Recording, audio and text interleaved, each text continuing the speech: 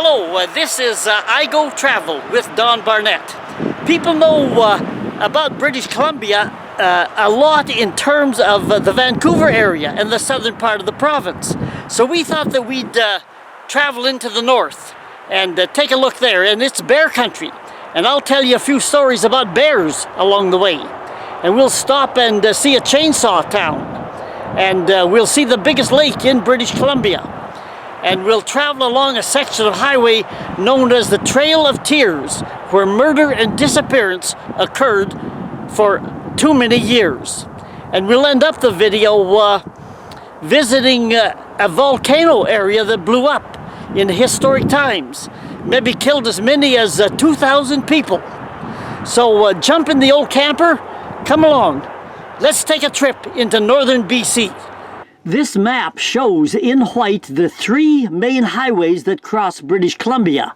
The Yellowhead, number 16, the Trans-Canada, number 1, and the Crow's Nest in the south, highway number 3.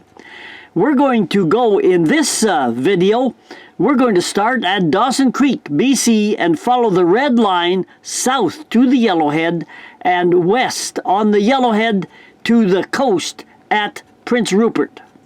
But let's get on the road. We'll start at the other end at Dawson Creek, BC, which is the beginning of the Alaska Highway. And we made some videos, travel videos on the Alaska Highway, and you can see those videos in my website in the Alaska Yukon section. However, today we are heading south from here toward the Yellowhead Highway. We are on the road, but hey, what is this? Looks like a sign for a town called Chetwynd. There's a place, this is the place I heard was full of wood chainsaw sculptures. Let's pull in and find out.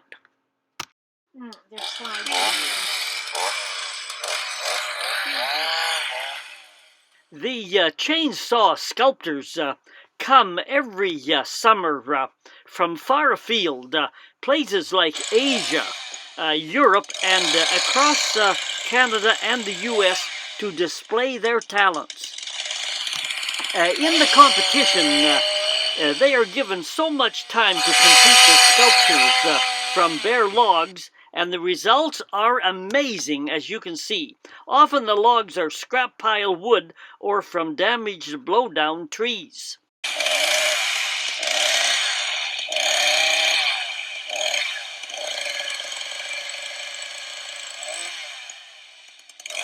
Sculptors' tools and materials include mainly only a chainsaw with a sharp chain, a grinder, and a Dremel for finishing.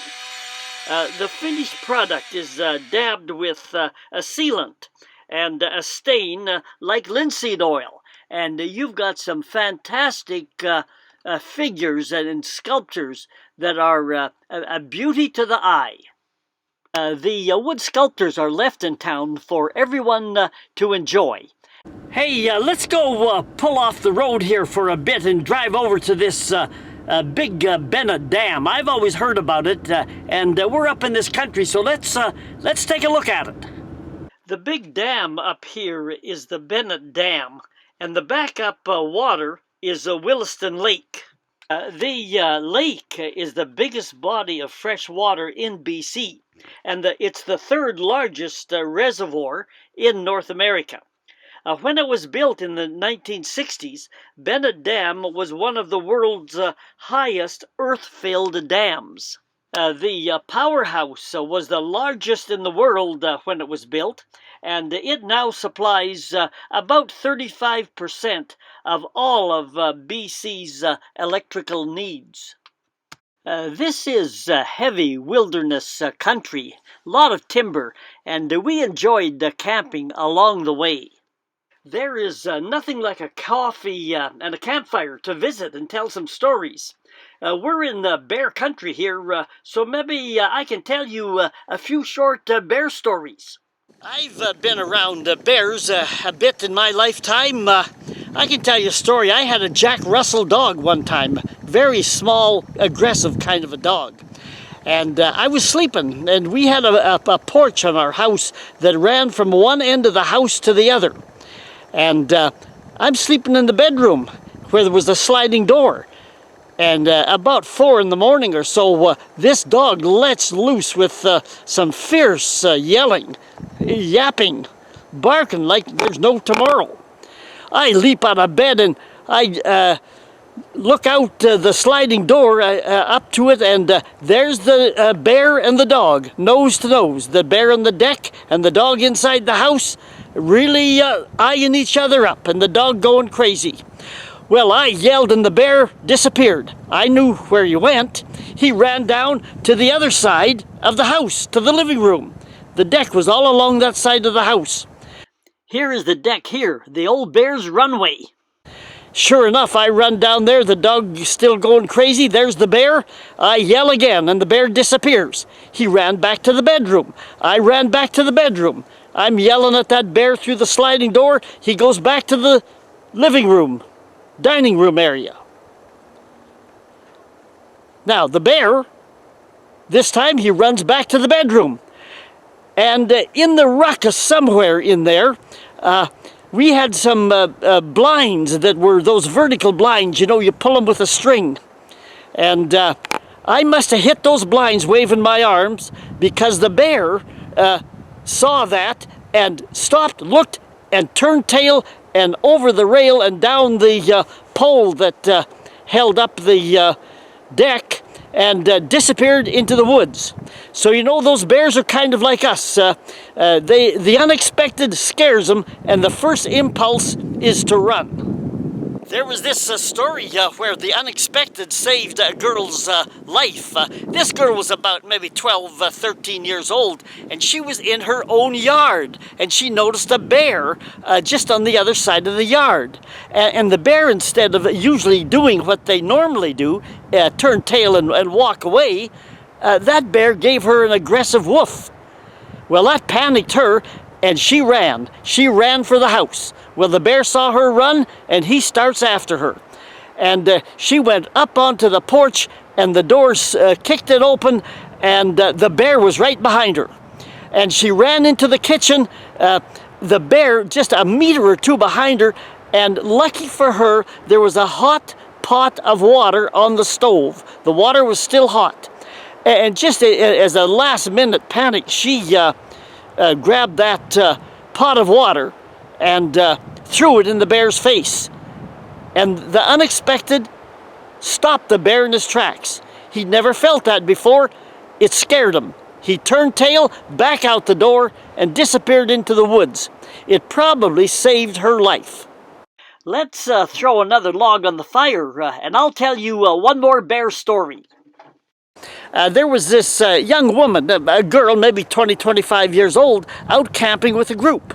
And she was sleeping in her own tent. So it's in the middle of the night, and she's sound asleep, and what woke her up was her hand went up on to her forehead. And she felt moisture there, and she couldn't figure out what that was. And then there's this thing on her. She thought it was maybe one of the guys in the group who had come over to attack her in the middle of the night. So she screams and yells and fights, and what it was a bear in her tent. And the bear had started to eat on her, and had clawed and put his teeth along her forehead, and that's what made the blood come out that she had felt. Well, but she didn't know this, so she fights like crazy, and the paws and the arms are flinging in all directions. And in the ruckus, the center pole that held the tent up got kicked out. Down came the tent. The bear felt this encompassing canvas around him, a strange feeling he might be captured. He turned tail and back out the fallen tent opening and disappeared into the woods. Again, the bear panicked and left, and probably saved the person's life. The unexpected worked again, but you can't count on it all the time. It was early spring, and you could see a lot of snow in the distance on the mountains, but the valley was warm. But we did get a shot of snow, and I had to trace the date in the snow here. We just came down this road here, saw Chetwynd and the big dam in the circle here, so we've come now down to the Yellowhead Highway, number 16, and we made a turn on it, and we are on the way toward the coast. The spring dandelions were in full bloom. We followed the Bulkley and then the Skeena rivers to the coast. This is sawmill country, and many people work in the forest industry. And people have been in this country for a long time, as you can see by these old abandoned pioneer homes that we saw once in a while. The CNR, Canadian National Railway, runs along the Yellowhead Highway to the ocean terminal at Prince Rupert, originally built as the Grand Pacific Railway. The federal government eventually bought up a number of smaller, less financially rewarding lines like this one and renamed them the Canadian National Railway, or the CNR. And it is the main line and the only line that runs to the coast from here. Here's one of the nice train stations. They do take passengers as well as freight, but the CNR hauls a lot of freight from the Prince Rupert terminal from Asia across Canada. It is a big and sometimes lonely country, and we enjoyed camping along the route. The Yellowhead, or Highway number 16, has been dubbed with another name, unfortunately, and that is the Trail of Tears. This is big moose and bear and wildlife country. The highway gets this name because of the large number of girls and young women who have gone missing or found murdered along this stretch of highway. Since 1969, statistics vary, but some say 18 victims over a 37-year period. Others say no, much more, 40 to 80 victims, and even more than 80. All, if you can believe it, are unsolved cases. You see highway signs and posters along the highway. The first cases were reported back in 1969. Nearly all of the cases included Indigenous girls and young women. The victims' families and friends have resorted to putting up these kinds of signs. It is a desperate, embarrassing, and inexcusable plea for help when citizens of a country have to resort to this kind of public appeal. The question, who is to blame? Well, two groups are to blame, and they both start with the letter P. The police and the politicians for allowing this story to continue for so long. The very reason for the police being formed in this country, the Northwest Mounted Police, was to protect the Indigenous people. If you read your history on why they were formed in the first place, to protect the Indigenous people in southern Saskatchewan from the whiskey smuggling and illegal activities and the killing of people in that part of the country in the early pioneer days. Some of those old Northwest Mounted Policemen would be rolling over in their graves over this story here, for going on for so many years. And the politicians, what can you say about them? It's nothing short of institutionalized racism. If this kind of a thing were to occur in my community, in my all-white community, the cops and the politicians would have been over it like a buffalo robe on a prairie grass fire. But this story was allowed to continue on with lack of really sincere, coordinated, strong effort.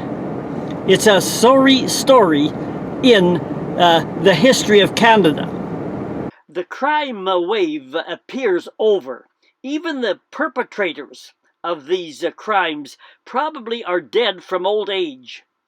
There is less hitchhiking since Greyhound bus service has been replaced and other bus service restored. And you can also travel by train these days.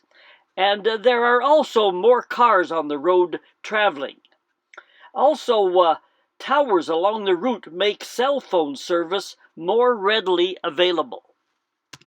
But still, nothing can prevent this story from being an inexcusable and shameful episode in the great Canadian story.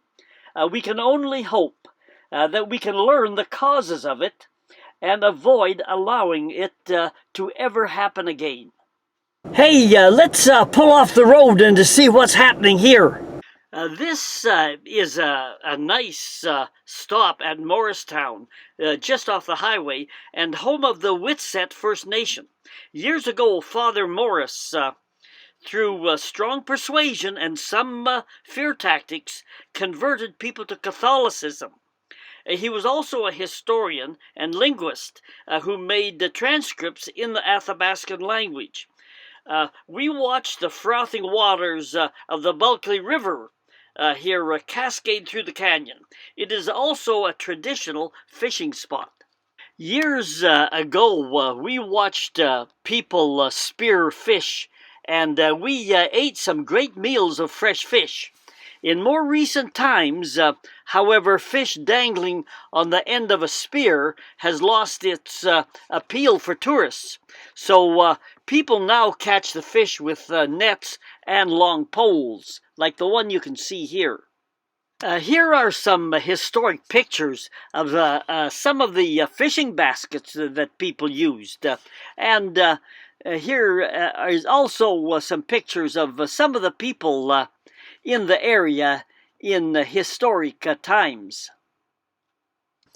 We drove westward past New Hazelton, which is the main community along this part of the highway. There are a couple of historic churches at the community of Chetwynd, where we drove off onto the Loop Highway, where a volcano erupted several generations ago. Chetwynd has a small national historic site at Battle Hill, where years ago several indigenous clans fought for supremacy of the area, until the arrival of the white man's guns, which made the one-time Battle Hill a strategic location. Hey, what say we pull off the Yellowhead here and go about an hour's drive north and see if we can find where that big volcano blew up and killed people about 300 years ago. We found it. The Niska First Nation people live in the valley of the Nass River. The area where the volcano erupted is now a provincial park. It is the first provincial park to be jointly managed by a First Nation group and BC Parks. The Niska First Nation is composed of 4 related clans of the eagle, the wolf, the raven, and the killer whale. This is a sketch of people running from the volcano.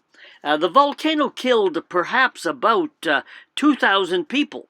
And living memory of the disaster has been passed down through the generations. Here is some of the lava flow.